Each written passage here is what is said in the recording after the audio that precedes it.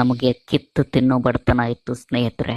ಎಷ್ಟು ಕಿತ್ತು ತಿನ್ನೋ ಬಡತನ ಇತ್ತು ಅಂತ ಹೇಳಿದ್ರೆ ನೀವು ನಂಬಲಿಕ್ಕಿಲ್ಲ. ನಮ್ಮಪ್ಪನಿಗೆ ಕೇವಲ ಒಂದೇ ಮದುವೆ ಆಗಿತ್ತು ಸ್ನೇಹಿತರೆ. ಒಂದಿನ ಹೀಗೆ ಸೂರ್ಯನ ಸುತ್ತಳತೆ ಕಂಡು ಹಿಡಿತಾ ಇರಬೇಕಾದ್ರೆ ಆಕಾಶದಲ್ಲಿ ಹಾರ್ತಾ ಇರೋ ಕೊಕನಕ್ಕಿ ನೋಡ್ಕೊಂಡು ನನಗೆ ಡ್ರೋನ್ ಮಾಡಬೇಕು ಅಂತ ಸ್ಫೂರ್ತಿ ಬಂತು ಸ್ನೇಹಿತರೆ. ಡ್ರೋನ್ ಮಾಡ್ಲಿಕ್ಕೆ ಬೇಕಾಗ್ಬೋದು ಅಂತ ಹೇಳ್ಕೊಂಡು ನಮ್ಮನೇಲಿರೋ ಮಿಕ್ಸರ್ನ ಮುಚ್ಚಳ ತಗೊಂಡು ಬಂದೆ ಸ್ನೇಹಿತರೆ. ಹಾಗೆ ನಮ್ಮಮ್ಮನಿಗೆ ತೊಂದರೆ ಆಗ್ಬಾರ್ದು ಅಂತ ಹೇಳ್ಕೊಂಡು ಮಸಾಲೆ ಅರಿಲಿಕ್ಕೆ ಒಂದು ಹೊಸ ಅರುಕಲ್ ತೆಗೆಸ್ಕೊಟ್ಬಿಟ್ಟು ಬಂದೆ ಸ್ನೇಹಿತರೆ.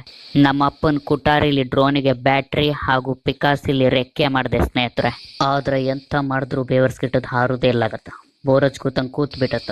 ಒಂದು ದಿನ ಸೊಯ್ಕ್ ಅಂದ್ಕೊಂಡ್ ಮ್ಯಾನ್ ಹಾರೋಯ್ತು. ಹೆಂಗ್ ಹಾರ್ತಂತ ಹೇಳಿದ್ರೆ 500 kilometre, 600 kilometre, 5 lakh kilometre, 6 lakh kilometre, ಇನ್ನೇನ್ ಚಂದ್ರ 1 ಮೀಟರ್ ದೂರ ಇದನ್ ಬೇಕಾದ್ರೆ ಡೈರೆಕ್ಟ್ ಮಂಗಳಗ್ರಹಕ್ಕೆ ಹೋಗ್ಕೊಂಡು ಸೇರ್ಕೊಂಡ್ಬಿಡ್ತು. ಇದನ್ನೇ ನಮ್ಮ ಜಪಾನ್ನವರು ತಮ್ಮ ಸ್ಟೆಥೋಸ್ಕೋಪ್ ಟೆಲಿಸ್ಕೋಪ್ ನಲ್ಲಿ ನೋಡ್ತಾ ಇದ್ದವರು ನನ್ನನ್ನ ಅಲ್ಲಿಗೆ ಕರೆದು ಬಿಟ್ಟು ಜೋಡ್ಕಾಯು, ಸಂತ್ರಿ ಹಣ್ಣು, ಉದ್ಬತ್ತಿ ಇಟ್ಬಿಟ್ಟು ನನಗೆ ಶಾಲ್ ಹೊದಿಸಿ ಸನ್ಮಾನ ಮಾಡಿದ್ರು ಸ್ನೇಹಿತರೆ.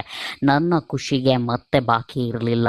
ನನ್ನ ಕಾಲಿಗೆ ಕಲ್ಲು ಕಟ್ಕೊಂಡು ಬಾವಿಗೆ ಹಾರದಷ್ಟು ಸಂತೋಷ ಆಯ್ತು ಸ್ನೇಹಿತರೆ. ಅಮೆರಿಕಾದಲ್ಲಿ ಆಗಿದ್ದ ಒಂದು ಘಟನೆ ಬಗ್ಗೆ ಹೇಳ್ತೀನಿ ಕೇಳಿ ಸ್ನೇಹಿತರೆ. ಒಂದು ಸುಮಾರು 300 kg ಒಂದು ಮರ ಅಲ್ಲಿಯ ರೈಲ್ವೆ ಹಳಿಯ ಮೇಲೆ ಬಿದ್ದಿತ್ತು ಸ್ನೇಹಿತರೆ. ಬಹಳಷ್ಟು ಜನ ಬಹಳಷ್ಟು ರೀತಿಯಲ್ಲಿ ಪ್ರಯತ್ನ ಮಾಡಿದ್ರು. ಬುಲ್ಡೋಜರ್ ಸಹ ಬಂದು ತನ್ನ ಕಾರ್ಯವನ್ನ ಅಲ್ಲಿ ವಹಿಸ್ತಾ ಇತ್ತು.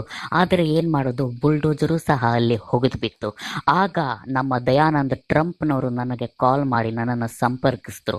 ನಾನು ಸಂಪರ್ಕಕ್ಕೆ ಸಿಗ್ತಾ ಇರಲಿಲ್ಲ, ಬಹಳ ಬ್ಯೂಸಿ ಇದ್ದೆ.